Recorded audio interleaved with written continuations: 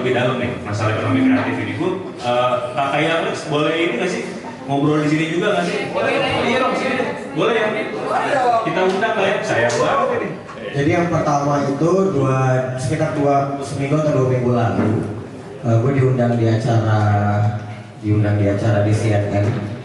Nama acaranya itu Kabinet Bayangan. Jadi itu menjelang debatnya capres kita tentang pertahanan. Di situ dari masing-masing paslon ada juru bicaranya. Nomor 1 ada juru bicaranya, nomor 2 dan nomor 3. Dan pada berdua membahas pertahanan pada umumnya yang dipikirkan orang-orang. Sekarang gue kepikiran di situ ada hal yang paling penting. Sebenarnya kita udah diserahkan bisa-bisa. Akhirnya gue berhasil merubah topik satu pembicaraan itu menjadi pertahanan budaya. Dan baru minggu lalu Sujowo Tejo juga ngomong dengan emosinya yang sangat kencang soal pertahanan budaya. Ini penting banget, kenapa? Karena kita ngomonginnya tuh kita bahas soal imperialism sama kolonialism. Gue kalau disuruh pilih, gue mendingan pilih kolonialism sekarang. Sekarang kita berdiskusi di sini. Kalau dari pintu, salah satu kita ada ditembak mati sama musuh kita, gue lebih pilih itu. Kenapa? Karena teman kita mati langsung kelihatan. Oh, kita lagi dalam situasi bahaya. Let's fight gitu. Imperialism budaya ini kita alami udah hampir 10 tahun ke belakang. Ini kita kayak kita punya rumah kita Indonesia, kita buka dengan sangat terbuka dan kita ngomong, ayo rampok kita gitu. Setelah dirampok kita ngomong gak bisa beda gitu. Setelah dirampok kita sarangeo gitu. Setelah rampok lagi dong gitu. Sebelum jauh-jauh ngomongin blueprint industri kreatif, sebenarnya level 1 ini pemerintah kita sadar gak sih? Kalau kita sedang dalam situasi seperti ini gitu. Kalau ada sebuah entitas, kumpulan manusia berkumpul dengan satu organisasi yang namanya negara, itu merancang dengan panjang, merancang dengan sangat matang untuk melakukan hal ini sehingga terjadi invasi besar-besaran di sini. Emang ngomongnya soft power. Cuma kalau soft power terjadi di 38 provinsi udah bukan soft power lagi namanya. Kalau soft power cuma terjadi dari Sabang sampai Merauke itu bukan soft power, itu penjajahan dan itu bentuknya real. Bayangin nggak segila itu kita sampai bikin soju halal. Untuk orang yang nggak bisa minum minuman beralkohol, mereka bikin soju halal. Pemerintah sadar nggak? Enggak. Belum mungkin. Atau mungkin ada yang udah sadar cuman nggak tahu harus ngapain. Dan gue mau sedikit cerita tentang pengalaman pribadi. Kebetulan punya privilege itu, benar kata Kak Feni. Gue bulan Juli udah ketemu Pak Ganjar dan dengan terang-terangan ngomong kalau Pak, saya di sini bukan buat mendukung Pak Ganjar. Suara saya tidak semurah itu. Bayarannya mahal banget. Bayarannya kita punya mimpi, tolong Bapak jalanin.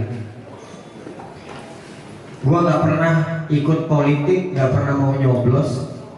Gue pertama kali nyoblos nggak mau kecewa gitu. Dan itu prosesnya panjang sampai tanggal. Gue sebenarnya baru mendukung Pak Ganjar full ketika melihat dia berbicara di Kadin. Ketika Pak Ganjar ditanya sama ada satu yang nanya, gue lupa yang nanya siapa. Ya Ratu Tisha. Pak Ganjar jawabannya bagus banget. Pak Ganjar bilang kalau industri ekonomi kreatif akan jadi alternatif utama untuk menggantikan sumber daya alam. Dari statement dia itu buat aku nih orang sadar, gue langsung full support dia gitu. Gimana pun caranya gue harus bikin orang ini menang. Kenapa? Karena keadaannya itu urgency banget. Kalau kita anggap remeh ini, kalian tahu cancer ya? Yang tahu-tahu nanti stadium 5 kita mati. Yang tahu-tahu nanti ketika Korea udah misalnya perang kalah gitu kan, Korea Utara di nuklir, Korea 2.0 itu ada Indonesia namanya. Sekarang itu kita tuh korban yang paling apes. Kita udah kena kebudayaan barat, ini semua kita udah kayak kebudayaan barat nih. Pakai celana jeans, ditambah sekarang culture soft power masuk ke Korea. Bahkan sampai ngomongin industri kreatif ya Bang ya, gue ngobrol sama Koi dari Suara Gembira. Lex, lo pikir kalau lo beli baju produk lokal gitu lo support produk lokal? Enggak. Ini nih, kita nih sablon nih. Sablon. Iya. Pastanya impor. Pewarnanya impor. Kainnya impor. Jadi lokal siapa? Yang ngerjain doang, yang lokal. Nah, industri kreatif berkebangsaan ini harus kita taruhin pelan-pelan. Emang gak segampang itu. Tapi dari sekian banyak nanti proses yang akan kita lalui, yang paling penting adalah kesadaran dulu nomor satu. Dan waktu itu gue ngobrol pagi-pagi sama Pak Ganjar, tuh kita makan bubur. Gue tanya gini sama Pak Ganjar, ini salah satu alasan yang kenapa memilih dia juga. Menurut gue pemimpin itu harus kreatif dalam hati gue nih. Harus banget kreatif. Kenapa? Karena korelasinya dekat banget dengan kreativitas, dengan problem solving itu dekat banget, sangat beririsan. Gue tanya Pak Ganjar nih, Pak, menurut Bapak kalau ada nilai 1/10 kesenian, nilai Bapak berapa sih? Dia jawab 1. Rendah, oh ini dia, humble. Buat Tiko bilang, Buat Tiko jawab langsung, gak terima dia itu. Enggak guys nih, Pak Ganjar tuh punya tes tahu. Waktu itu dia pernah waktu dilantik apa, dia pakai baju, bajunya tulisannya Asuk AB. Tapi bajunya memang gambar anjing semua gitu. Jadi memang anjing semua gitu, Asuk AB gitu. Oh, berarti memang ini orang ada seni-seninya nih, pada akhirnya ada gitu. Nah, dari situ baru gue tanya lagi satu hal. Gue tanya gini, Pak, kira-kira nih Pak, supaya tahu Pak, kan kita nggak pernah tahu nih Pak, nggak pernah kepikiran tiba-tiba kita bisa 2 tahun dikurung dalam rumah. Kalau Bapak jadi presiden, menurut Bapak kan masalah-masalah baru apa sih Lex? Jawabannya sama kayak tadi. Ini orang berpikir imajinatif, berpikir abstrak juga. Lex, menurut kamu emang Ebola kenapa terjadi di Afrika? Itu kan tempat uji coba. Langsung luar nih presiden ngomongin gini. Maksudnya dia itu berpikir hal yang ya karena ancaman yang akan datang perlu banget. Seperti apa sih ancaman yang akan datang? Ya TikTok ancaman yang akan datang. Kita tahu kalau Cina itu negara komunis kapitalis. Tapi mungkin nggak sih kalau TikTok nggak disupport sama pemerintahnya? Nggak mungkin. Pasti ada deal di bawah tangan dari pemerintah Cina untuk mensupport TikTok karena datanya habis. Total itu 8,2 miliar download waktu COVID. Pas TikTok. Gak mungkin dia nggak punya data kita gitu. Dan setting TikTok di Cina sama di sini itu jauh beda. Jadi kalau kita tanya anak-anak kecil di Cina, dia pengen jadi apa? Mereka pengen jadi pilot, mereka pengen jadi insinyur. Tapi di seluruh dunia, mereka pengen jadi YouTuber, mereka pengen jadi TikTokers. Algoritma settingnya udah beda, mereka mengagendakan itu tadi. Makanya kita nih, negara kita tutup ya, nggak terima musik film apapun, bisa hidup kok. Banyak orang kita gitu. Makanya panjang bilangnya jadi bang kalau musik kreatif Bang.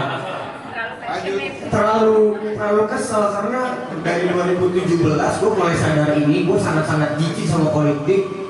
Dan ternyata sadar kalau di ujung sana ternyata cuma ada 2 menentukan, adalah politik kebijakan dan politik anggaran gitu. Dan untuk mencapai situ kita harus benar kawal orang yang tepat yang ada di posisinya. Dan singkat ceritanya gue sama anak-anak berurutan terkendali akhirnya bikin movement kalau influencer juga bisa canvassing ke bawah. Dan kita bukan relawan juga, kita movement. Jadi kalau ada relawan yang mau kolaborasi, ayo. Kita pasukan udara, total valuasi ada sekitar 40 juta follower kalau dikumpulin. Siapapun yang aktivitasnya bagus di darat, ayo kita support, kita udarakan. Bisa nggak sih Bang, kita tuh Bang kayak bikin pasukan khusus udara, kalau memang nggak usah banyak, mulai dari berempat berlima aja deh kita meetingnya bener-bener satu. Strategik bentuknya ayo naikin A, naikin B gitu. Supaya semuanya bisa satu narasi gitu. Kayak siapa yang main kerasnya, siapa yang main mediumnya, siapa yang main easy-nya, ayo gitu. Ya kalau mau ngerebut hati anak muda, terlibatin anak muda sebanyak-banyaknya, terlibatin anak umur 22, 24, 20, 17 kalau kalah ini. Karena gue memang banyak tahu konten sama mereka, karena gue tanya mereka Bang, umur gue 32, emang sekarang lagi ngetren apa sih? Dan gue tanya mereka, gue gak tahu, udah beda 12 tahun itu. Gapnya udah terlalu jauh, gimana sama bapak-bapak yang umur 50 tuh yang mimpin, yang ngomongnya udara gitu. Padahal rasa darat. Kesel banget itu Bang, gue lebih kesel juga. Dan akhirnya kita, ya udahlah gerak aja sendiri. Nah, Ya sekarang kita udah ketemu nih rame-rame. Mudah-mudahan kita bisa bareng-bareng gitu jalannya. Emangnya susah ya ngumpulin meeting kepala-kepalanya aja. Ada rumah progresif. Nah, dari namanya aja sih udah progresif banget harusnya kan. Jangan lupa ada kopi progresif juga. Iya, yang penting ada tempat satu kumpul rame-rame gitu, dari yang datang ini aja, dari aku Ganja, dari generasi pemenang, dari XPG, dari Purta Terkendali. Kita mulai berempat yuk, rame-rame. Mulai dari berempat. Nanti kalau ajak siapa, ajak lagi lah. Ajak siapa, kita sama TPM juga, kita bareng TPM. Tapi tetap masih belum terorkestra dengan baik kita di udaranya. Padahal kita kemarin udah meeting mati-matian untuk berhenti menyerang karena waktu itu dapat report waktu Prof Mahfud debat itu sentimen positifnya tinggi Prof Mahfud, cuma berita yang lebih banyak tentang Gibran pakai headset. Bad publicity, still publicity kan. Cobain yuk teknik kampanyenya benar-benar nggak mention satu nama pun tentang paslon lain gitu. Ibu itu bentuknya serangan atau enggak, coba yuk kita benar-benar mention nama paslon kita aja. Karena teknik itu udah pernah gue pakai bang, gue pernah dibully di Indonesia gitu. Waktu gue dibully di Indonesia, cara melawannya adalah 1 detik waktu aja yang gue pakai buat ngeliat apa yang mereka tulis, gue anggap gue kalah. Gimana gue pakai 2 detik untuk nulis caption buat musuh gitu. Kita harus coba itu. Kalau memang target kita di swing voter, untuk orang yang dibayar di pihak lain udah gak mungkin pindah. Untuk orang yang sayang di pihak sang kota gua udah gak mungkin pindah kayak loyal. Tapi swing voter ini kalau mau kita rebut mereka, kan bentuknya bukan penyerangan, tapi bentuknya kita kasih tahu Pak Ganjar itu apa aja, pernah ngapain aja, Prof Mahfud itu pernah ngapain aja, apa aja prestasinya. Makanya kalau lebih banyak konten positif yang tidak mention sedikit pun nama dari 1 atau 2, menurut gua itu kayaknya lebih worse deh kalau target kita adalah swing voter. Majority orang memilih 02 dan 01. 01 majority karena rasional, 02 karena emosional. Kemarin aku baru nanya sama satu orang namanya Eca di kantor, kenapa milih Pak Prabowo? Gue pengen tahu dong. Jawabannya ngeliat kisah cintanya sama Bu Titi. Serius? Ya poinnya adalah kisah cinta itu nyampe ke dia. Harusnya kisah cintanya Prof Mahfud lebih keren sama Ibu Yati ya. Kisah cintanya Pak Ganjar lebih keren sama Mbak Tiko. Kalau ada 5.000 konten tentang kisah cinta itu, kita bisa dapat suara swing voter gitu. Simpel, mereka nggak akan berpikir rasional, mereka berpikir emosional. Mereka kenapa? Ya karena serat. Padahal kisah cintanya mereka aja nggak cari tahu karena cuma kesel lewat GFK aja. Yang gua kesel adalah gua harus ceritain kisah cintanya Pak Ganjar sama Prof Mahfud. Wah berarti kita nggak ngecek konten ini gitu. Si Cendol namanya. Gue tanya ke dia, tahu Prof Mahfud nggak tahu? Coba nggak tahu lebih detail tentang Prof Mahfud. Gue kasih lihat video Prof Mahfud yang marah-marah di DPR. Nih lihat deh, ini orang yang gue idolain. Yang dia, kamu jangan bentak-bentak saya, jangan gentak-gentak, saya bisa gentak balik. Lagi ngomongin tentang kasus Sambo, langsung jatuh cinta sama Prof Mahfud, langsung daihat. Udah praktek gitu bang, cuma kalau kebencian kayaknya ada kurang. Kita harus lebih banyak menyebarkan cinta deh. Setuju ya? Nah dari apa sih itu aja kan jadi panjang kalau kan bisa ngobrol sendiri. Isinya kemarahan semua soal di sini nih. Sabar. Kalau dibilang panjang tenang aja, ada kopi progresif. Oke. Jadi kita ladenin Pak. Kita ladenin. Ini kan lu pada kan ada yang suka film, ada yang suka musik, ada yang suka bola, ada yang suka basket gitu kan. Menurut lu nih, Pak Ganjar nih kalau misalkan klub bola tuh apa sih? Atau musik tuh apa sih? Atau film tuh apa sih gitu? Sukanya? Atau genre tuh dia apa sih? Jazz, iya. Ini ya pengandaian gitu lah. Kalau Pak Ganjar klub bola kayaknya sih, walaupun gue bela Disti, cuma melihat Pak Ganjar dia kayaknya Real Madrid. Inter Milan kayaknya. Oh gitu. Oh lu bilang, kita musuhan masalahnya. Pak Ganjar Real Madrid soalnya putih-putih. Rambutnya putih. Siap. Mbak Feni. Kalau aku nggak ngerti bola, jadi nggak bisa pakai analogi bola. Film juga agak susah karena jujur ya ini agak gombal-gombal dikit ya, karena kan tugasnya kita ini menginspirasi, kan? Ya karena kita kan udah pasti, itu tadi jangan sampai garami lautan kan. Jadi tadi Lex juga bilang kalau orang itu milih karena emosional, itu benar. Di di market pun juga orang beli sesuatu itu musuh itu bukan karena rasional. Oke, kita we may think kalau kita rasional kita nyari info, nyari ini segala macam, nyari plus minus segala macam. Tapi eventually barang yang kita beli itu karena emosional, karena suka. Ya kan? Pakai rasa bukan frasa. Pakai rasa bukan aduh romantis banget. Asik. Jadi kalau analogi itu agak susah karena menurut aku Pak Ganjar is one and only. Ini. Pak Ganjar gitu. Ya apa unique in his own way kalau menurut aku. Siap. Oke, coba kita tanya Mbak Eta nih. Mbak Eta suka apa? Basket? Bola? Enggak, kalau aku mungkin pingpong. Aku tuh tenis sebenarnya. Tapi aku mau mengatakan Pak Ganjar tuh dengan analogi dari film, ya kan? Dan film dia seperti Pak Habibie dan Bu Ainun. Karena beliau tuh family man, gitu. Kalau beberapa hari yang lalu saya habis ada sesi interview dengan Bu Tiko, dan dia menceritakan bagaimana Pak Ganjar tuh di keluarga support banget ketika Bu Tiko mau melanjutkan kuliahnya di Jepang, dan dia bisa dengan yang mengatakan ya sudah nggak apa-apa, alam biar saya aja yang asuh, saya bisa kok, udah kamu monggo silakan. Artinya kan kesetaraan gendernya itu ada gitu. Dan di satu sisi Bu Tiko juga cerita kenapa dia hanya mempunyai anak tunggal alam karena ada masalah reproduksi, tetapi dia kan dapat anaknya cukup lama ya, dan dia bilang waktu pas beliau mengatakan namanya perempuan ya Mbak ya, kita ya teman-teman di sini juga pasti ketika menikah yang ditanya adalah kapan punya anak gitu. Nah kalau perempuan ditanya begitu itu akan insecure sendiri. Nah itu pernah disampaikan ke Bu Atiko kepada dia, ini gimana kita agak lama punya anak. Pak Ganjar menjawab apa? Tenang saja dek gitu. Anak itu adalah rezeki dari Allah, rezeki gitu. Iya kan, tenang aja. Dan ternyata setelah Ikhtiar begitu mengikhlaskan semua dan dia tidak mempermasalahkan persoalan itu, tidak berapa lama hamillah awal gitu. Jadi ketika cerita itu aku sampai merinding loh. Wah ini benar-benar sosok kayak Habibie Ainun, saling support, saling dukung dan kesetaraan gender gitu loh. Ya aku menganalogikannya gitu. Karena family man buat keluarga aja dirangkul, apalagi untuk rakyat gitu kan. Keluarga aja disayang, apalagi rakyat kita. Itu sih.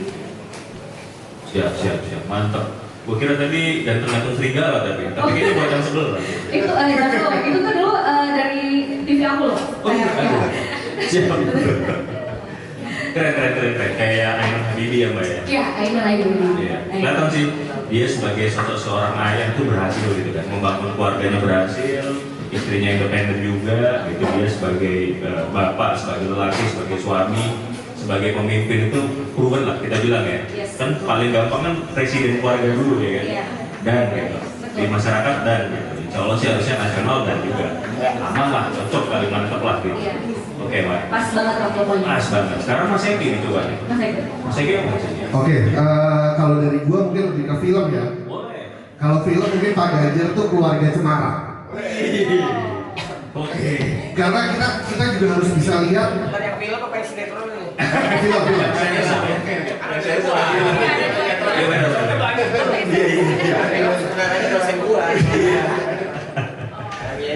Jadi kita harus bisa lihat value yang sebenarnya bisa dijual dari Pak Ganjar, salah satunya adalah keluarga. Karena pemimpin terbaik itu kan dimulai dari keluarga. Gua pertama kali, gua tadinya nggak pernah tahu tuh Bu Atiko tuh kayak gimana, Awan tuh kayak gimana. Tapi ketika kita semua waktu itu nonton Rossi mungkin pertama kalinya mereka bertiga tampil, gua lihat anjir kok bisa ya. Maksudnya Awan sebegitu dewasanya, Bu Atiko sebegitu suportifnya. Nah, pemimpin yang bisa memimpin keluarganya kayak gini tuh bukan main-main. Kita lihat yang memang independen tapi akan jejaknya jelas. Nah, kemungkinan besar itu yang paling real. Dan gue yakin ini tidak akan satu putaran. Ini tidak akan satu putaran. Ya.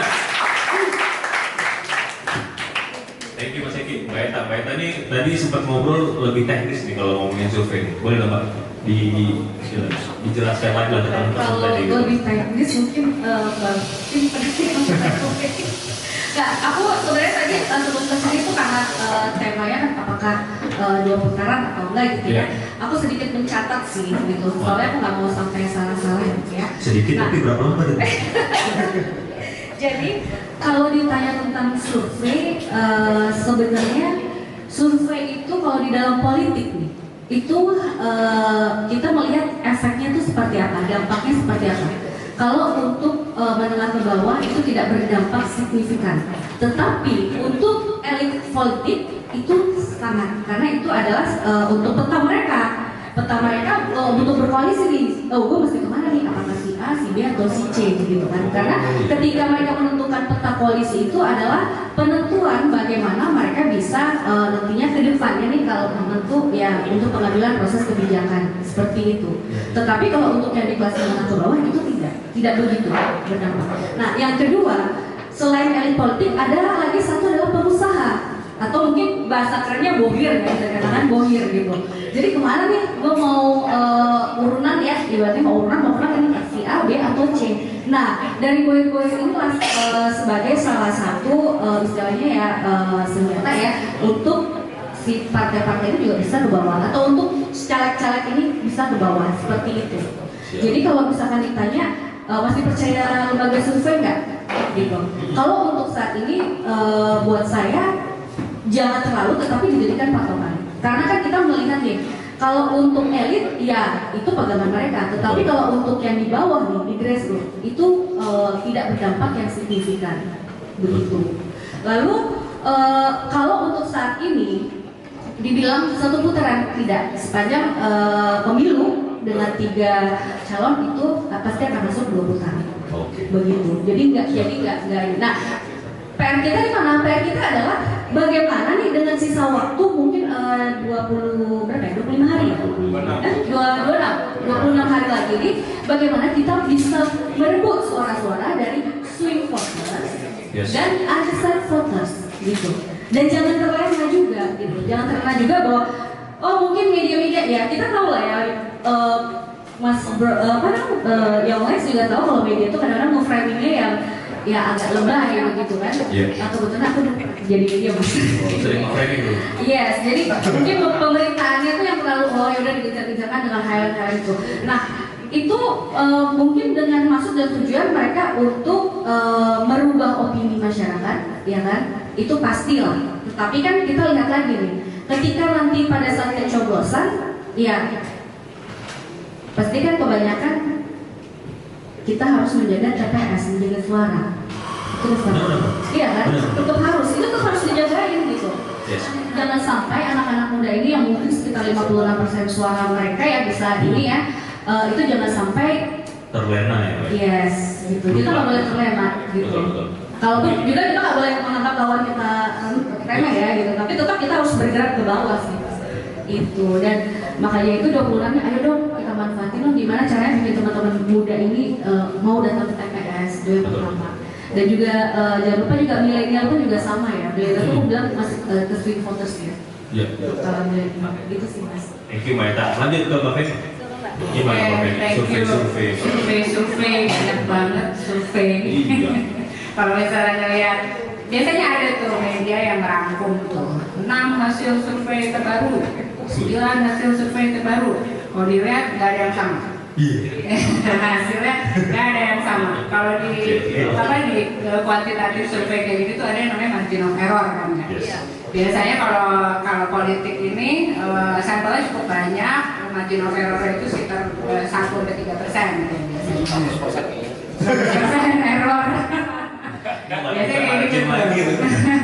Nah kita sekarang ini kan yang hasil yang trendy, bukan trendy, hasil yang banyak kita lihat itu yang pasangan 02 itu tinggi banget, bahkan kalau misalnya udah dikurangi margin of error yang bawah tuh masih gapnya lumayan jauh juga gitu kan. Nah tadi mau menyambung yang Mbak Eta, sebenarnya satu kita perlu paham dulu, polling itu adalah capture gambar gitu. Kalau kamera di capture gitu, terus kita dari gambaran itu kita jadi melihat, kita berimajinasi soal konteks gitu kan, soal konteks dari gambar itu kurang lebih kayak gitu.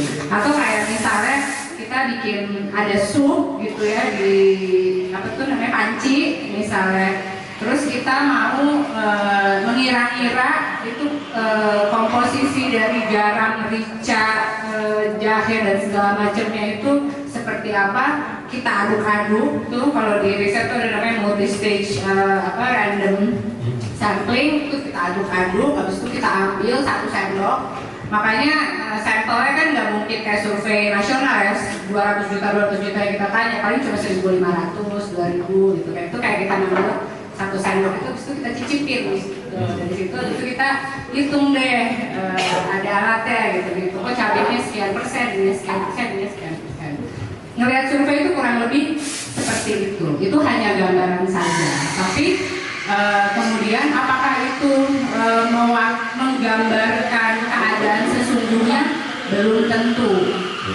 Di survei itu selain tadi margin of error, ada yang namanya confidence level.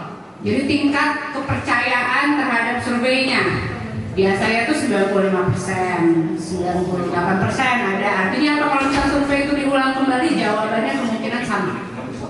95% sama. Nah kayak gitu. Jadi ngelihat survei itu jangan seperti kita ngelihat kitab suci gitu. Itu adalah kebisajadian secara kuantitatif. Nah ini yang menarik soal opini publik. Masalahnya ini bukan sup. Yang udah pasti bahannya itu. Yang udah pasti kalau kita aduk sedemikian rupa, ingredientsnya nggak akan berubah-berubah. Masalahnya ini public opinion, ini isi pikiran orang. Yang kita mikirin isi pikiran kita sendiri aja rumit banget kan, suka ada monkey mind gitu, pindah-pindah segala macam.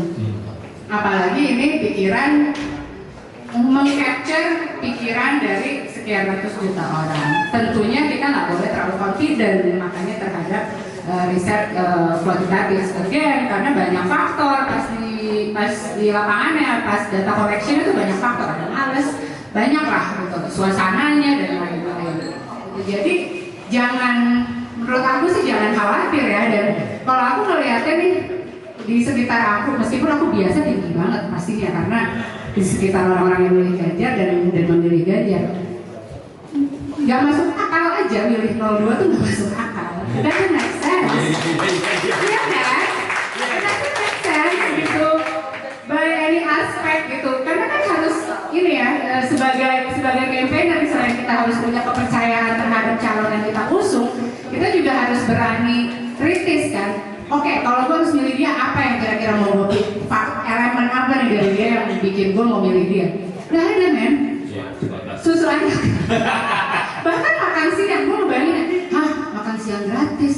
Anak gue makan siang gratis, susu gratis. Kayak apa ya makanannya ya? Gak pengen gitu loh. Gue gak pengen anak gue dikasih makan apapun itu, gue khawatir, jujur aja. Makanya kita sebagai campaigner itu harus bisa menginspirasi gitu. Start with what you believe gitu. Kayak gue percaya satu keluarga satu sarjana, gue akan ngomongin itu. Betul. Gue percaya sama akses internet yang mudah, gue totally percaya itu. Itu keren banget. Gratis, tapi gratis juga ini kayak harus dikritik lagi. Gratisnya gimana Pak? Bagusnya koneksinya. Ya mungkin buat desa kan? Mungkin, I don't know. Itu juga ya. Let's percaya sama itu, do that gitu. Jadi start with what you believe and you gotta believe in what Pak Ganjar do and start inspire people. Gitu. Siap, mantap. Ya. Thank you Mbak Beni. Sama-sama. Terakhir kalau boleh 2 menit aja. Soal survei. Survei tadi. Gue survei harus mau ngapain, gitu. kenapa? Soal survei sama kita ini harus ngapain? Kalau survei itu gue samain sama hal yang udah gue lakuin aja kali kan. Boleh. Gue kasih persamaan. Mau Pak Ganjar surveinya 100-300% gue gak peduli sih sebenarnya. Oke. Itu sama aja kayak gue bikin video klip atau bikin lagu, hari ini view-nya banyak, terus gue senang gitu. Terus berarti bikin lagu. Atau hari ini bikin lagu yang ngumpul sedikit terus berarti bikin lagu. Enggak, kita konsisten dan persisten saja. Survei itu ya bisa di-create. Sedikit itu kan nggak mungkin lebih penting dari banyak. Jadi mana mungkin 2 juta orang pun nggak akan bisa mewakilkan 200 juta orang. Jadi survei jangan dipercaya walaupun hasilnya lebih memihak ke 1, 2, atau 3. Untuk menentukan kebenaran itu nggak akan masuk akal, nggak akan masuk logik. Gimana pun caranya, pakai apapun gitu. Di luar guru ya. Sangat di luar nalar gitu. Jadi tutup mata sama survei, anggap kalau menurut gue survei anggap nggak ada. Apa yang perlu dianggap ada? Adalah kesadaran kita kerjasama aja dulu. Kita aja belum kompak, udah nanya gimana mau menang gitu loh. Sama kayak misalnya nih, sedikit tambahan kayak kalian sadar nggak waktu debat terakhir Pak Anies ada yang tahu nggak ini artinya? Shinya Sasageo itu artinya gue akan berkorban demi bangsa. Itu dari film Attack on Titan. Ini kalau mau ngambil Harry Potter gitu. Mereka gak peduli politik, tapi gue pribadi, gue ngapain semangat Attack on Titan. Waktu Pak Anies gini, anjing keren. Serius gue langsung, anjing keren. Ini gue udah punya nasional, gue pilih di 03. Gimana yang masih tadi undecided? Waktu dia ngeliat adegan itu, gue pilih Pak Anies. Dia tahu Shinya Sasageo. Shinya Sasageo itu adalah filosofi sebuah prajurit yang mengorbankan dirinya buat bangsanya. Hal kayak gini kalau mau kita bahas. Simbol-simbol kayak gini kalau mau kita bahas ke Pak Ganjar. Ayo bikin apa lagi ya bukan? Aduh, surveinya berapa? Gak usah peduli survei, bodo amat. Hari ini Pak Ganjar ngapain? Besok Pak Ganjar harus ngapain ya? Yes. Hari ini relawan ngapain? Movement ngapain? Hari ini besok kita ngapain ya? Survei kan tutupan aja kalau bisa dari gua buat survei, anggap gak ada. Anggap gak ada survei. Kita rapatin barisan aja. Kita nggak usah pilih orang. Iya. Kita nggak usah apa ya, takut sama apa yang orang kerjain gitu. Kita fokus sama diri kita sendiri aja. Gitu. Harusnya kacamata kuda benar dulu. Makanya itu bilang kan kayak gitu, sorry. Gimana, Pak? Makanya tadi aku menyampaikan kalau yang sampai ke email itu kan selalu dengan hemat-hemat. Jadi salah satu tujuannya adalah itu kayak menciutkan. Makanya di sini kan kita berempat di sini menyampaikan bahwa jangan terlalu percaya sama survei. Udah lah, kalau tadi Bro yang bilang abaikan, aku setuju. Bukannya dulu percaya kalau lo anggap nggak ada kalau gitu. Iya, kalau bisa lo nggak ada ya. Kalau bisa ada. Iya, benar banget. Iya benar. Dan ya itu tadi kita harus lebih kreatif lagi bagaimana untuk menyampaikannya ke bawah ya, maksudnya ke anak-anak muda. Kalau tadi kita bicara tentang anak muda ya kita bagaimana harus ini. Kalau perlu ya apa deh kita bikin kreatif yang baru ya. Sini duduk habis ini lah. Habis ini berarti ya. Kopi masih banyak, kopi progresi masih banyak. Kalau aku bisa menyampaikan juga kalau di campaign kita di generasi pemenang ini Mbak Mas. Yes. Jadi kita lagi turun ke daerah dengan simbol penguin. Makanya kita selalu kita gaungkan, kita viralkan. Kita ada tim udara juga di generasi pemenang. Tadi yang Bro juga bilang harus ada tim udara, kita ada. Kita bikin konten. Nah, kita mulai dengan yang kekinian gitu. Sorry Pak, itu filosofinya apa ya? Ketua penguin gitu tuh. Mau diwakil kan? Nggak tahu apa gimana? Awalnya penguin itu adalah buat orang-orang yang nyari video bokep di Twitter. Itu sebuah hinaan buat Pak Ganjar. Tapi ketika Pak Ganjar nge-post tentang gambar penguin itu menjadi sebuah pujian. Dia itu hanya embrace kan, dia mau embrace dirinya. Jadi kayak wah keren Pak Ganjar, siap ketua penguin gitu. Kita jadi respect ketika hinaan bokep itu di embrace sama Pak Ganjar, orang malah jadi kebalik, jadi respect. Itu yang dilakukan Pak Anies cuma pakai satu kalimat waktu itu. Waktu dia menang jadi pilgub, dia diundang sama stand up comedy Indonesia. Ada video yang diceritakan. Pak Anies cuma ngomong selamat malam orang-orang yang tidak memilih saya. Capek. Itu tadi yang dipakai sama Pak Anies dan Pak Ganjar sama. Penguin itu artinya itu, dan ternyata kita pengen login sebenarnya. Kalau penguin itu sebenarnya satu pasangan seumur hidup. Betul. Penguin itu tidak bisa hidup sendiri, dia harus berkelompok. Kalau di dalam pasangannya dia lebih milih mati bunuh diri. Ada tuh video penguin stres jempol ke laut dimakan sama apa namanya? Hiu. Sama bukan sama laut, satu lagi yang berpikir Willy yang mau Willy. Ya Paus. Ya itu arti penguin tuh. Jadi kita mau belokkan hinaan Pak Ganjar. Awalnya dari Twitter gitu. Keren. Itu hinaan yang kita milih. Karena itu kualitas yang penting ya. Kita mengembrace kesalahan. Ya udah, gue salah. Ya ternyata penguin sebenarnya bagus. Yes. Gak salah. Kita kira. Betul. Tapi dari orang satu bangsa sih di sini. Wah, bagilin kok. Nggak salah itu. Kalau misalnya itu kan itu Pak Ganjar sudah resmi. Jadi mau variasi nggak apa-apa dong. Iya. Contoh itu gitu loh. Sebenarnya gitu. Siap. Tapi kan di Indonesia harusnya ilegal. Itu dia. Kalau yang legal Event yang lain. Terus juga sebenarnya kalau penguin itu kan ya tadi itu kan solid ya. Kalau misalkan mereka mau pindah ke Arema itu kan selalu beramai-ramai. Jadi dengan harapan sebutan dari kita ini adalah pasukan penguin, ya kita berharap untuk selalu solid berbarengan, gotong royong gitu kan untuk memenangkan Ganjar dan Mama. Iya, jadi kita bilangnya pasukan penguin. Jadi Mas Bangga pernah ya pakai ya? Oh Aca juga ya? Aca pernah pakai ya? Itu ya. Kita datang ke Surabaya waktu itu, waduh itu ramai banget di serbu masyarakat. Apa sih lucu malah jadi pada foto-foto sama kita. Nah baru ada itu kita masuk yuk gitu. Pasukan penguin yang solid pokoknya bergerak bersama. Solid ya, gaspol ya pokoknya ya, gaspol.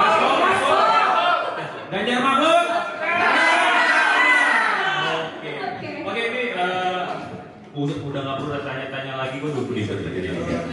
Nggak perlu tanya lagi, kita mungkin tanya dari floor aja dari teman-teman nih, mungkin ada yang mau kasih tanggapan atau mau tanya ke teman-teman yang di depan nih. Ya, ayo pasukan penguin, ada yang mau tanya nggak? Oh iya boleh Pak. Namanya siapa? Rumahnya di mana Ustaz?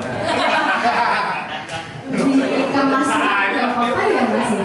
Kamasukan aja. Oh masukan boleh. Jadi perkenalkan nama saya Dia, saya dari PDP, terus umur saya 24, jadi benar-benar kayak anak muda banget gitu. Dan saya juga content creator. Terus menanggapi soal 26 hari lagi, saya pikir tuh kayaknya efektif banget kalau misalkan kita tuh lebih intens nyerang di udara. Maksudnya kayak fakta banget ketika anak muda itu sangat mudah untuk dimanipulasi vote-nya dengan rasa. Jadi aku sih suggest untuk kayak media, karena nggak perlu konten kreator untuk bisa FYP, semua konten itu bisa FYP, ada kita semua yang bisa bantu untuk repost. Nah biasanya kalau misalkan udah di repost itu bisa lebih gampang untuk naik FYP, karena nggak semua konten juga bisa FYP, dan jadi kualitas kontennya itu juga harus diperhatikan juga. Dan aku sih sebagai konten kreator di sini sebagai PTT, aku yakin kita semua mau gitu bekerja sama untuk membantu media, misalkan mereview si kontennya dulu, kita kasih tahu gimana caranya supaya FYP dan lain sebagainya. Ini aku tambahin sedikit ya, anak-anak ini tuh tahu per account masing-masing mereka yang bakal FYP jam berapa aja mereka post, mereka tahu maksimalnya. Jadi mereka pribadi masing-masing yang bisa ngalamin proses dari mereka nobody sampai follower jutaan ini mereka. Jadi kalau kita dengerin omongan mereka aja, aku aja sama mereka bang. Ini gimana nih? Kalau ini bang Lex benerin gitu. Bila ini followernya 4 juta. Ini 2 juta. Mereka ini follower banyak-banyak banget, tapi mereka nggak beli follower, mereka lagi proses. Jadi kalau memang kita mau menang, dengerin nih anak-anak ini bang, umur 20, 22. Kenapa? Enggak lewat RK.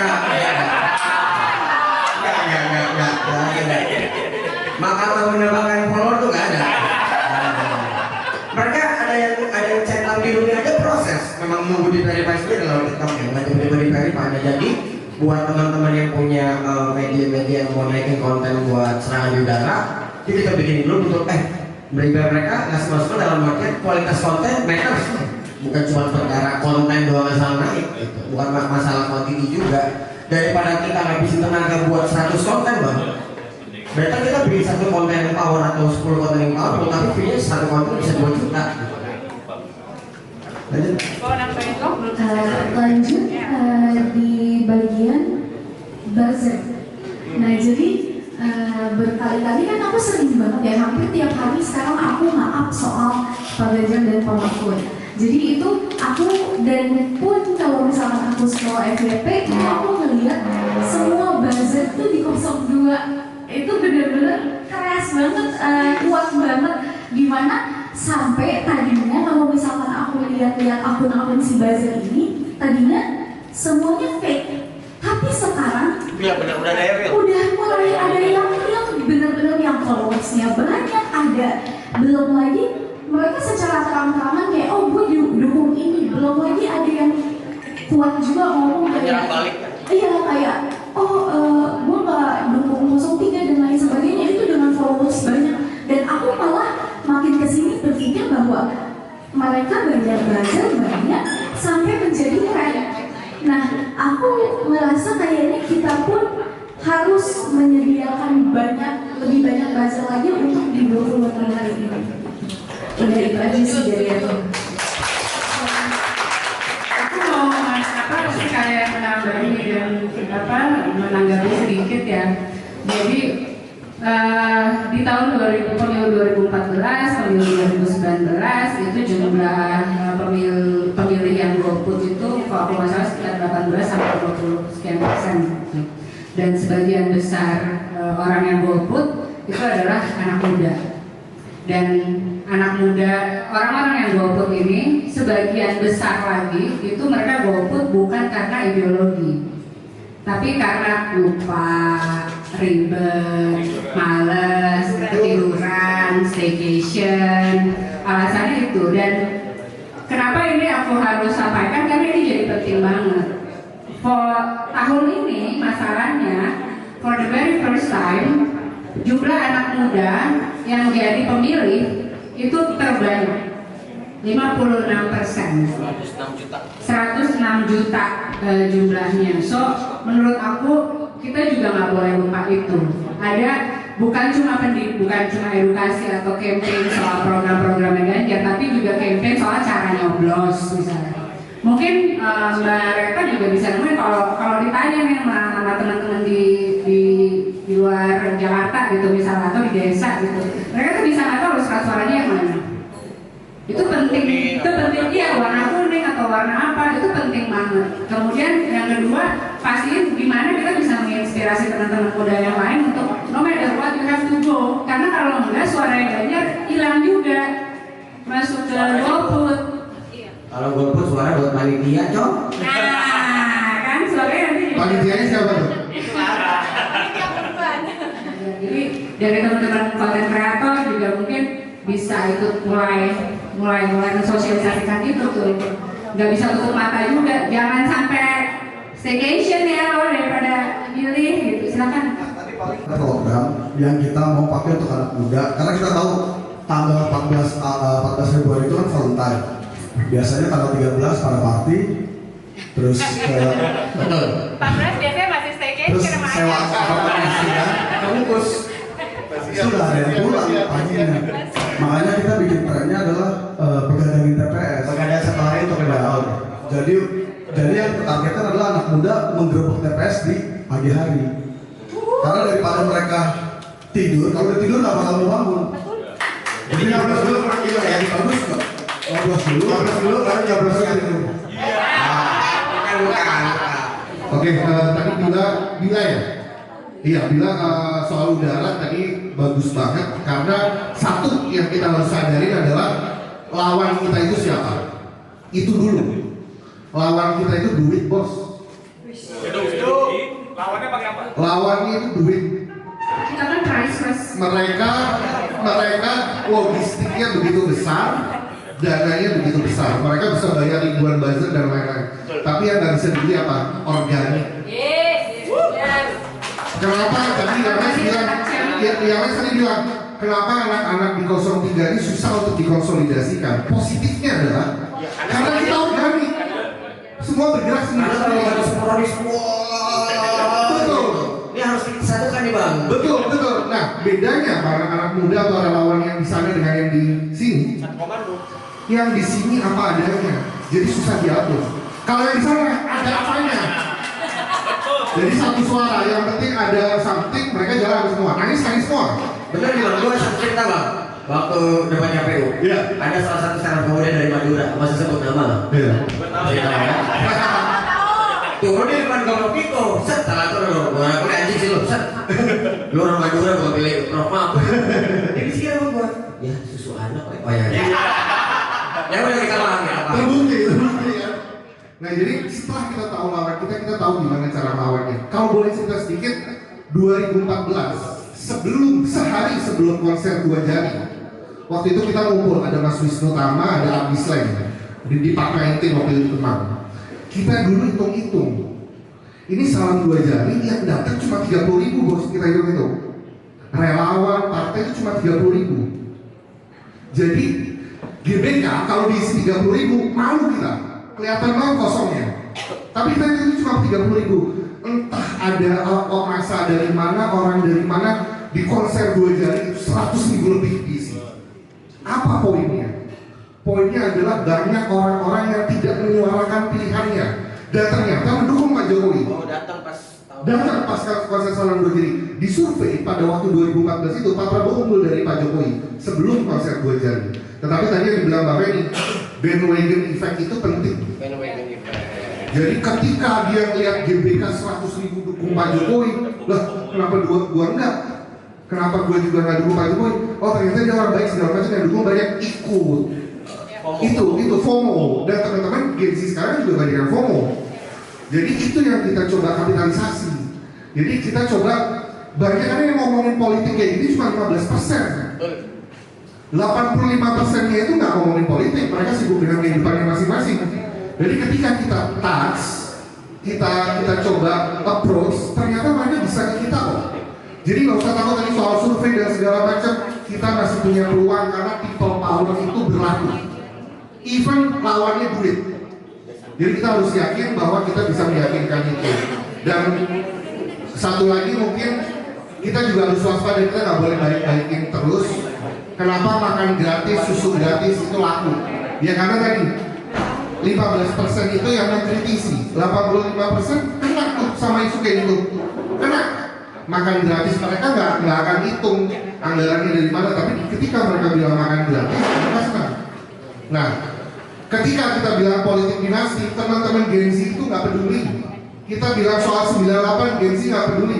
Bahkan mereka nggak punya empati soal itu. Orang belum lahir kok. Jadi nggak laku, ngapain kita nyari-nyari soal ini nggak laku. Tapi kita ganti bahasanya. Kita ganti bahasanya. Jangan politik dinasti. Tapi apa yang dibenci sama Gen Z milenial sekarang? The power of orang dalam. Kita ganti. Mereka itu the power of orang dalam, bisa jadi wapres karena orang dalam.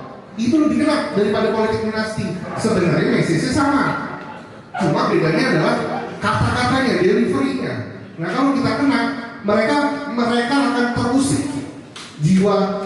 Gue udah susah-susah yang masuk dia, itu the power orang dalam. Nah itu lebih kena daripada politik dinasti. Jadi teman-teman nggak usah khawatir soal survei segala macam. Fokus saja, insya Allah kita masih punya peluang untuk menang. Dan itu pasti. Itu aja.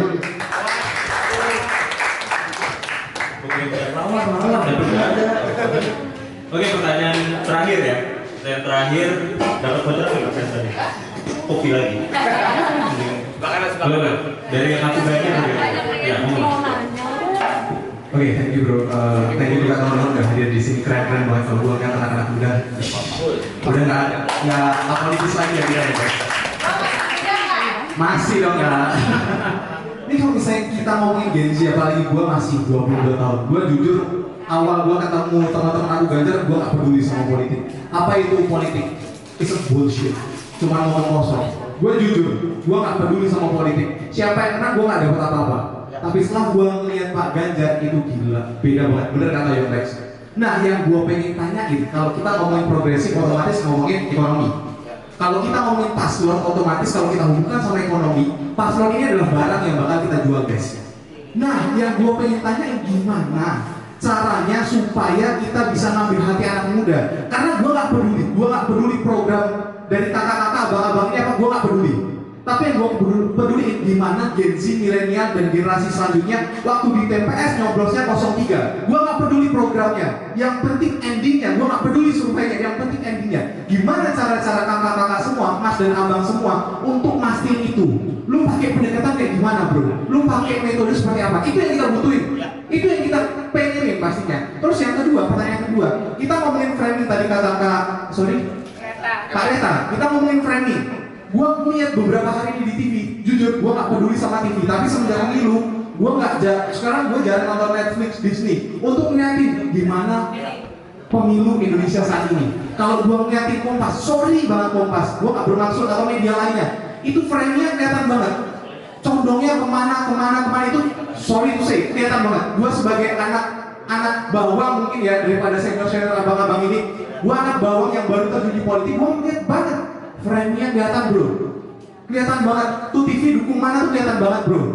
Nah gimana caranya abang-abang dan kakak-kakak ini supaya bisa relawannya itu diarahkan melawan framing itu gimana caranya? Karena sorry itu saya ini bakal kelihatan banget loh, kelihatan banget jomplangnya dari survei dan lain sebagainya. Itu aja paling 2 pertanyaan dari gue. Thank you. Mantap sekali. Siapa dulu nih? Saya Kiki Silakan dari Pulau Terkendali. Ini ada sedikit masukan sekaligus pertanyaan. Pertama gini loh, progresif itu kita bagi ada yang progresif rasional dan ada yang progresif irasional.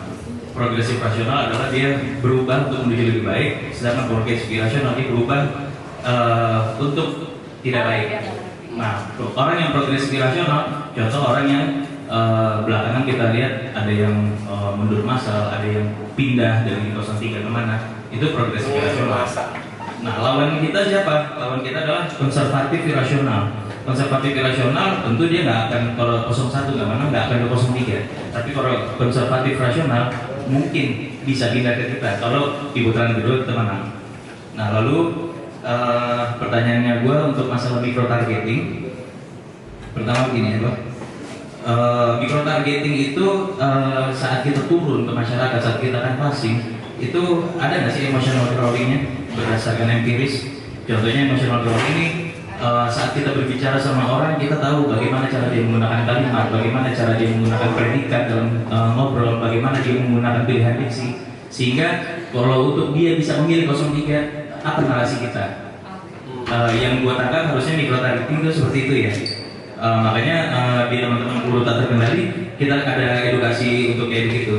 Lalu untuk masalah kreatif juga biasanya kita selalu ngobrol kreatif tapi hanya di wilayah hilir, tapi nggak pernah bicara kreatif di wilayah hulu.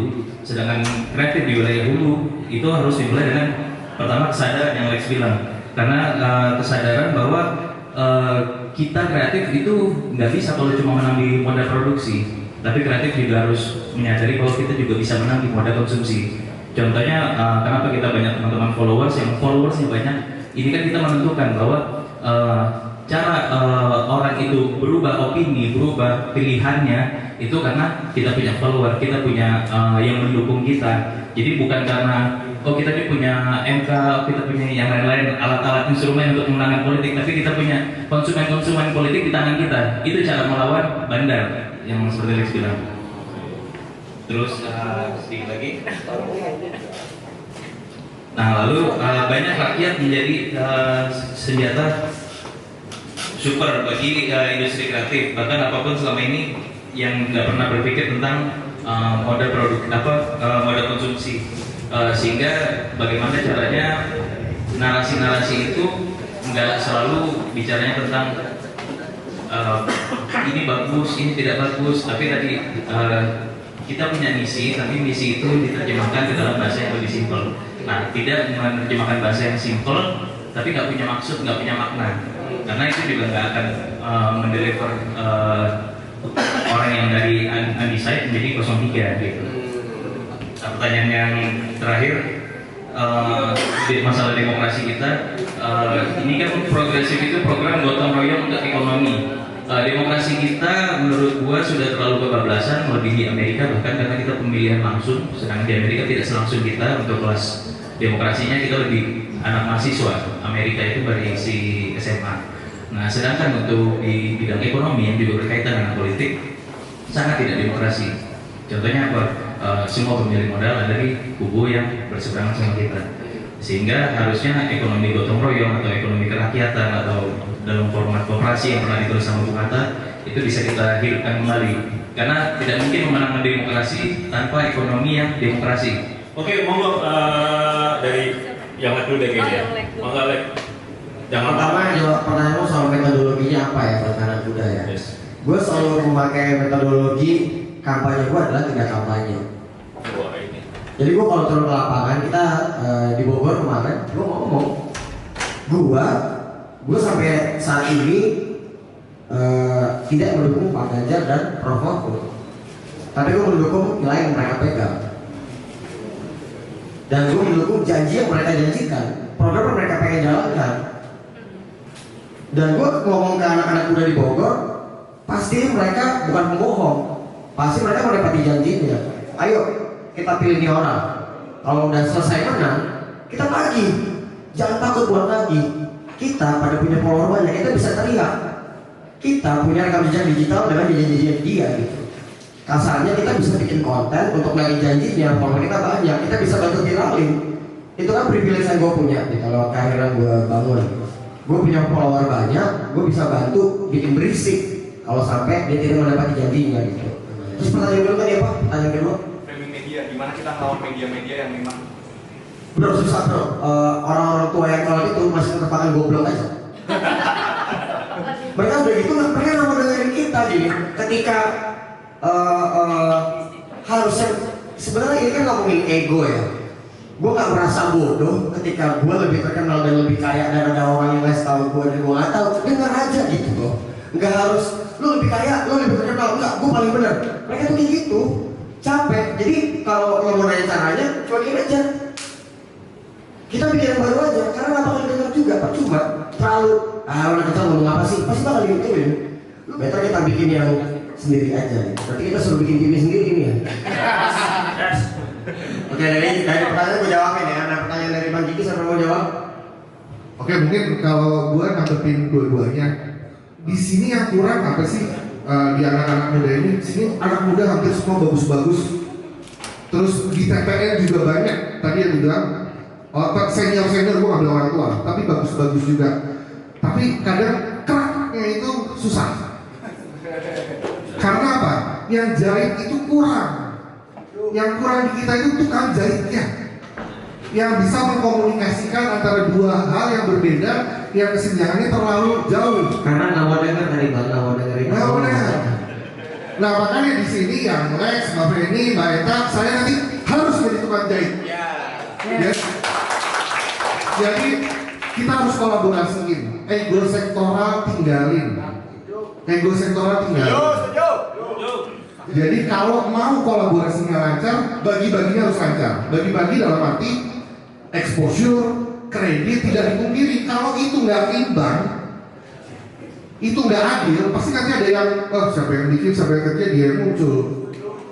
Itu, jadi kita harus bagi-bagi. Oke, ini kayak progresif, bikin udah benar. Ketika bikin dialog, ada logonya progresif, ada logonya peluru tatu kandali, aku Ganjar, generasi menang. Selesai. Dapat semua exposure-nya. Nah itu yang harus jadi kita duduk bareng mulai sekarang gimana caranya. Karena kalau tadi nggak dijadiin satu, tetap kita nggak kuat walaupun bagus ya organik. Tapi kita harus ayo bareng-bareng mau gimana sih? Ntar baru kita bagi-baginya jelas. Nanti yang kampus sini masing-masing harus punya porsi. Selesai itu.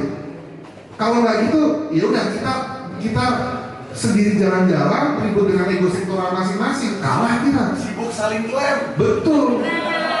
Tahu nggak? Grup relawan itu ada di grup relawan ya. Isinya itu sudah kirim bendera ke sini. Ini itu. Gua nggak peduli bos. Jadi kalau lo apa yang udah dilakuin, lo mau gedein Pak Ganjar dan Pak Mahfud atau mau gedein diri sendiri? Itu kan pertanyaan. Berarti kita harus namakan kalau ini relawan atau movement apapun, kita adalah kumpulan relawan dan movement yang rasional aja kita namain. Kita kayaknya harus kalau memang ada yang belum sadar harus kita bantu sadarin deh Bang. Betul. Kan kita harus sadar nih, kita nggak mau berempat dulu. Iya. 5 dari 4. 5 apa progresif? Oh iya 5 dari 5. Nah kalau kebanyakan kita ada berapa ribu kan orang relawan. Kopi progresif. Harus keluarin yang 40% kalau berdua. Contoh kemarin kita bikin acara startup. Kita kolaborasi dan disupport oleh progresif. Terima kasih progresif. Kita kemarin debat, kita diajak nonton bareng sama generasi pemenang. Itu kolaborasi bareng-bareng. Nah tinggal nanti sama peluru tatu kendali, sama extravaganza. Umur kita baru 3 minggu Bang, tenang aja. Mantap. Jadi itu kolaborasi, ego sektoral kita tinggalin, ayo kita bareng-bareng. Nanti kita atur, kita bikin grup lah konkret. Apa yang mau kita bikin bareng-bareng, kita ada kreatifnya. Nanti Dadan biar progresif yang cari. Kebetulan sebelum on the way kesini, gue bisa teleponan sama bendahara progresif. Karena itu teman saya udah lama, Vanessa. Jadi kayaknya kita bakal bikin sesuatu bareng. Siap. Enak ya kalau bendahara ini. Oke, mungkin dari saya itu yang lain. Aku mau nanggepin dikit soal tadi ya, orkestrasi totally very good idea dan sangat necessary kalau menurut gue. Tapi bukan cuma itu. Kita ini kan makin deket ya, konsolidasinya harus makin lebih sering juga gitu. Kalau menurut gue, kayak misalnya nih kita semua mungkin punya inisiatif untuk bikin event, kita bikin kegiatan. Jangan undang gue. Kalau undang gue buat konsolidasi aja. Undang yang lain, undang yang swing voters misalnya, atau siapa target kalian. Dan identity masing-masing ini menurutku tetap penting karena ini diversifikasi. Iya kan, marketnya yang masuk ke Rex, yang masuk ke gue, ke generasi pemenang, ke aku aja mungkin beda ya, bukan penyeragaman, tapi orkestrasi dan konsolidasi itu menurut gue penting banget untuk dilakuin. Itu terus soal isinya apa sih? Mungkin kalau tadi dari teman-teman aku gajah punya spiritnya sendiri gitu. Kalau dari kita kayaknya hore-hore. Dari Lex yang lebih kritis, gitu, yang lebih tajam. Dari generasi pemenang yang ke teman-teman di desa-desa approach-nya tentunya akan beda-beda. Karena itu sekalian menjawab pertanyaan dari tadi siapa? Bukan. Kiki, dari Kiki sekalian. Karena ya ada suatu demokrasi soal about ya. Jadi gue selalu suka menanyakan pertanyaan ini sebenarnya ke orang Indonesia. Apa yang membedain negara kaya sama negara miskin? Selain jumlah uang gitu ya, selain ukuran ekonomi gitu. Apa sih bedanya? Bedanya adalah kolonialisme. Jadi negara miskin itu pernah dijajah, negara maju itu mostly nggak pernah dijajah atau mungkin dia adalah penjajah. Jadi itu beda. Kita kaya apa miskin? Nah, kita kaya kita miskin. Coba. Kita negara kaya tapi goblok. Kita adalah anak yatim piatu yang ditinggalkan warisan alam kaya, cuma kita nggak bisa mengelola dengan baik. Iya, dan tadi soal demokrasi gitu ya. Apakah demokrasi masih relevan buat Indonesia? What do you think? Gitu. Kalau buat gue akan dibalikin ke masyarakatnya, tentu saja itu silakan masyarakatnya menganggapnya seperti apa. Kalau misalnya milih pemimpin yang punya bakat-bakat otoriter dan ternyata dia menang, mungkin sebagian besar masyarakat Indonesia mulai hopeless sama demokrasi, mungkin gitu. Tapi yang kita harus pahami itu kalau sampai 02 menang itu udah gak relevan maksudnya gitu. Bisa jadi kan, gitu yang dipilih itu yang patriotik nggak jelas, agitatif, ate gitu kan nggak jelas. Bisa jadi harus diterima juga sebagian besar orang ternyata berpikir seperti itu. Mungkin nggak relevan. Kalau lo berpikir demokrasi masih relevan, ya pilih ya kira-kira bisa mempertahankan demokrasi. Tapi jangan salah, demokrasi itu berisik. Demokrasi itu jadi kayak kita punya pasangan aja gitu, nggak selalu lobby-lobby dan dia selalu baik gitu loh, ada downside-nya juga. Demokrasi juga ada downside-nya, berisik. Semua orang boleh ngomong soalnya kalau demokrasi. So relevan, nggak relevan? Menurut gue sih relevan banget. Relevan dalam arti gue mau nih negara maju lewat keberisikan itu meskipun lambat gitu loh. Tapi semua orang boleh ngomong, semua orang punya kesempatan, ada meritokrasi, semua orang bisa jadi presiden gitu, semua orang bisa jadi gubernur dengan sistem demokrasi. So relevan gak relevan, let's make it relevant gitu loh, let's make it relevant karena namanya target satu. Bahasa semuanya penting banget karena pengalaman waktu di Jakarta Fair. Kita kan ada beberapa kita udah disiapin bangku dulu ya, bangku waktu di Jakarta Theater kita rapat besar itu kita ditugaskan untuk bantu Pak Ganjar dan Pak Mahfud di udara gitu. Maka kita udah disiapin bangku di depan supaya memposting mereka gampang gitu. Ini kita ngomongin konsolidasi ya. Udah jelas KOL gitu. Tapi dipindahin gitu stikernya gitu sama para orang tua ini. Gue nggak tahu nama siapa, gue nggak tahu siapa juga. Dan terus kita diceng-cengin gitu. Terus dalam hati gue, gimana mau maju ini baru rebutan kursi acara, belum kursi yang di dalam gitu. Bayangin gitu bang, maksudnya gimana nih bang? Makanya bisa ketemu orang kayak abang itu. Padahal hal-hal ini kayak ada beberapa influencer yang kita tahu ada kosnya gitu. Udah dikirim ke Aceh atau mana gitu ya, ke luar daerah. Para penyelenggara acara tuh pengen di segala badan gitu. Nah sebenarnya influencer udah ikut ini udah lumayan keluarin kos cuma dapat waktu 15 menit. Nah ini proses-proses penyadaran diri ini bisa disampaikan siapa sih bang? Gue penasaran gitu. Supaya ya gimana gitu, kita nggak kompak-kompak bisa banget gitu. Nah, itu gue bisa jawab tapi nanti. Jadi mungkin tadi Mas siapa namanya? Sorry. Mas Kiki. Yang pasti kalau dari saya, demokrasi tidak berbanding lurus dengan kesejahteraan. Itu poinnya. Jadi jangan kalau demokrasi udah pasti harus sejahtera, jangan. Kadang demokrasi itu lebih banyak ributnya daripada memajukan kesejahteraannya. Dan itu sudah konsekuensi dari pilihan kita. Sering ributnya bahkan.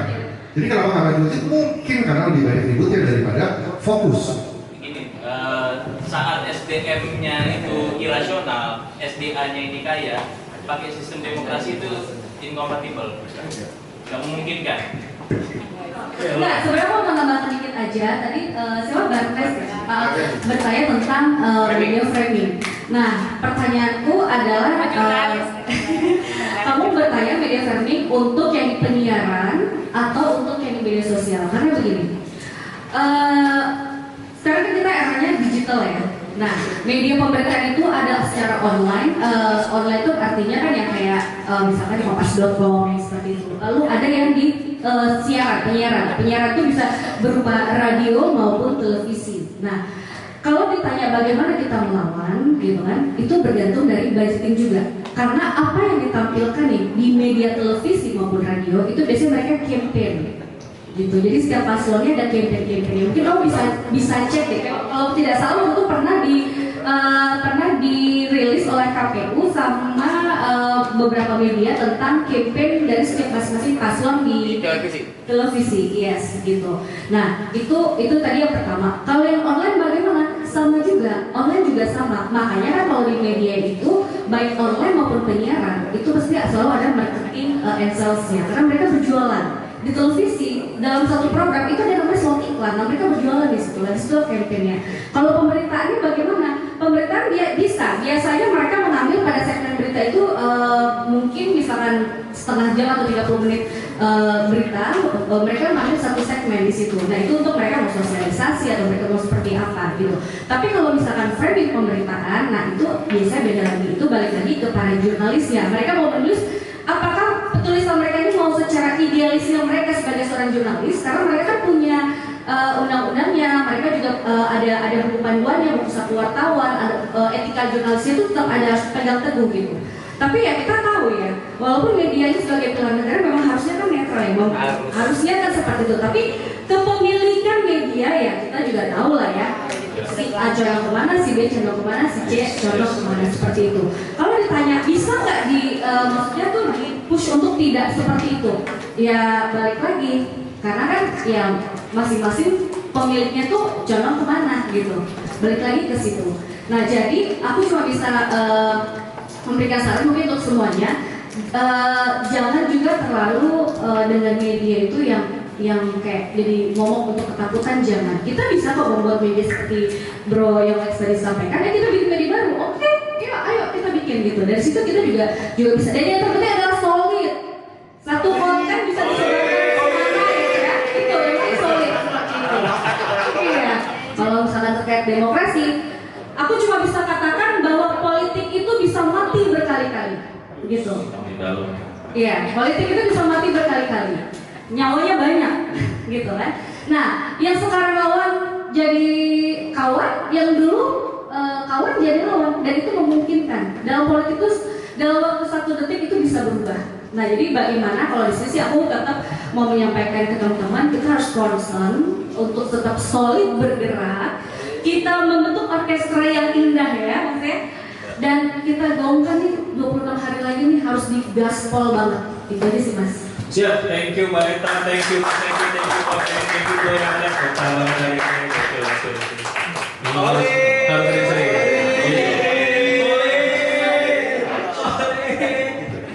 Supaya ada output ke depan. Pertama kan kita setuju nggak diskusi ini kita harus mengapresiasi kepada progresif. Iya dong. Mungkin teman-teman di sini juga sering melihat gimana gerakan dari Aku Ganjar, Generasi Pemenang, SK Ganjar dan TTT. Nah, ketika kelompok-kelompok ini sudah bersatu dan diorkestrakan ke depannya dari progresif, ya anak-anak muda yang mendukung Ganjar itu dia tidak malu, tidak takut. Tadi saya setuju dengan Om Nyonglek. harus ada yang mengenai di serangan udara. Kok bilang aja, lu bikin aja nazar lo sendiri. You bikin aja nazar you. Gitu ya, nazar gue bebas dong. Gitu. Itu rame sampai gue di kontak sama media tuh. Gue mau diwawancara. Sampai gue tuh di capture sama media Elmol karena gue dipikir 01 sama mereka. Gue ada 01 di situ. Gue nebeng. Gue cuma bilang kalau 02 kalah gue bagi-bagi ini. Itu rame. Nah itu bisa mulai teman-teman pakai. Tapi gini, jangan takut. Ya, kamu takutnya apa? Kalau kita takut mungkin masih punya risiko di bisnis. Kalau teman-teman apalagi yang masih mahasiswa, oh diapain sih? Rame-rame. Nah ini followernya hilang 100.000 kan? Followernya hilang 100.000 dia. Masih bisa tidur nggak? Masih bisa makan? Gas.